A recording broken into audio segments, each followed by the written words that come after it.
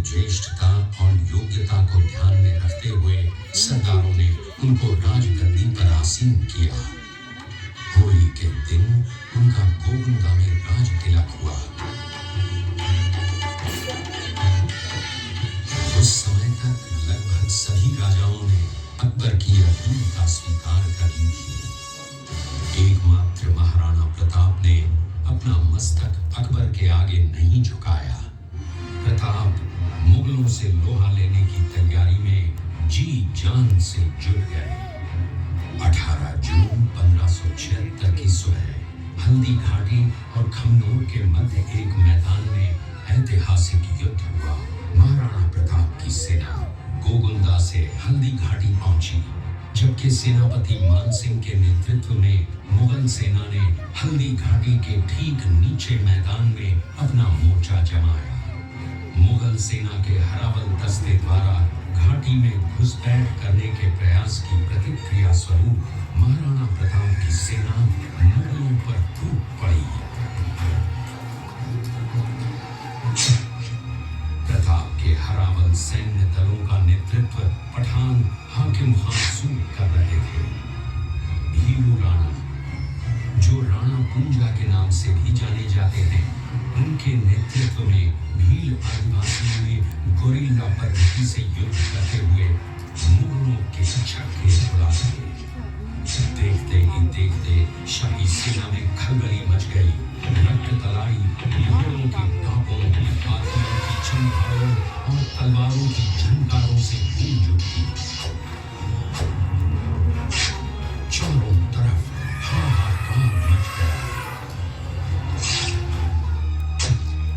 युद्ध का घटनाक्रम अचानक उस समय बदल गया जब प्रताप ने अपने घोड़े चेतक को एड़ लगाकर मान सिंह के हाथी पर चढ़ा दिया और उस पर भाले से भरपूर वार किया।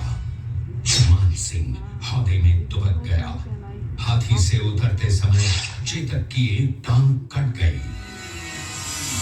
इस स्थिति को भांपकर महाराणा प्रताप के हमशक्ल सेनापति झालामान ने महाराणा प्रताप से आज्ञा लेकर उनका राजमुकुट धारण किया। मुगल सेना झालामान को महाराणा प्रताप समझकर उन पर टूट पड़ी और झालामान शहीद हो गए। उधर चेतक ने अपने स्वामी को 5 किलोमीटर तक 3 टांगों पर ही लेकर एक बरसाती नाले को पार किया। उसके पश्चात उसके प्राण पखेरु उड़ गए। इस युद्ध से महाराणा प्रताप के मन पर गहरा प्रभाव पड़ा।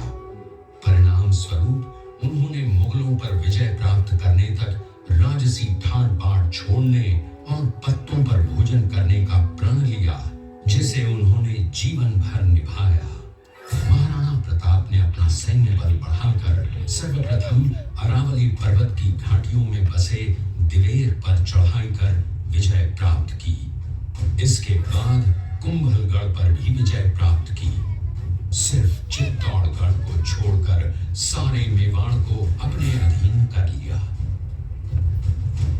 कालांतर में महाराणा ने चावंड में अपनी राजधानी स्थापित की।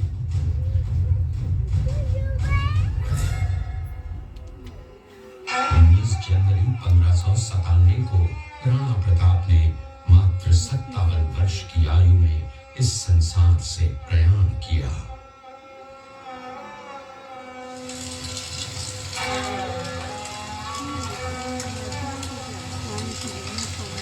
हल्दी घाटी का युद्ध एक सांप्रदायिक युद्ध न होकर आत्मसम्मान, मातृभूमि की स्वतंत्रता व स्वाधीनता का संघर्ष था।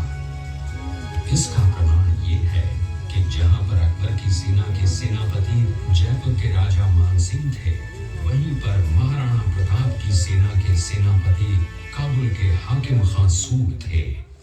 महाराणा प्रताप स्वतंत्रता की वेदी पर एक ऐसा अंगारा था जो आत्मसम्मान व देश गौरव के लिए दिन रात जलता रहा, धधकता रहा और अंत में बुझकर भी उसने देश में ऐसा लौह भर दिया जिसकी प्रखर किरणों ने भारत माता को गुलामी की जंजीरों से मुक्त कराने के लिए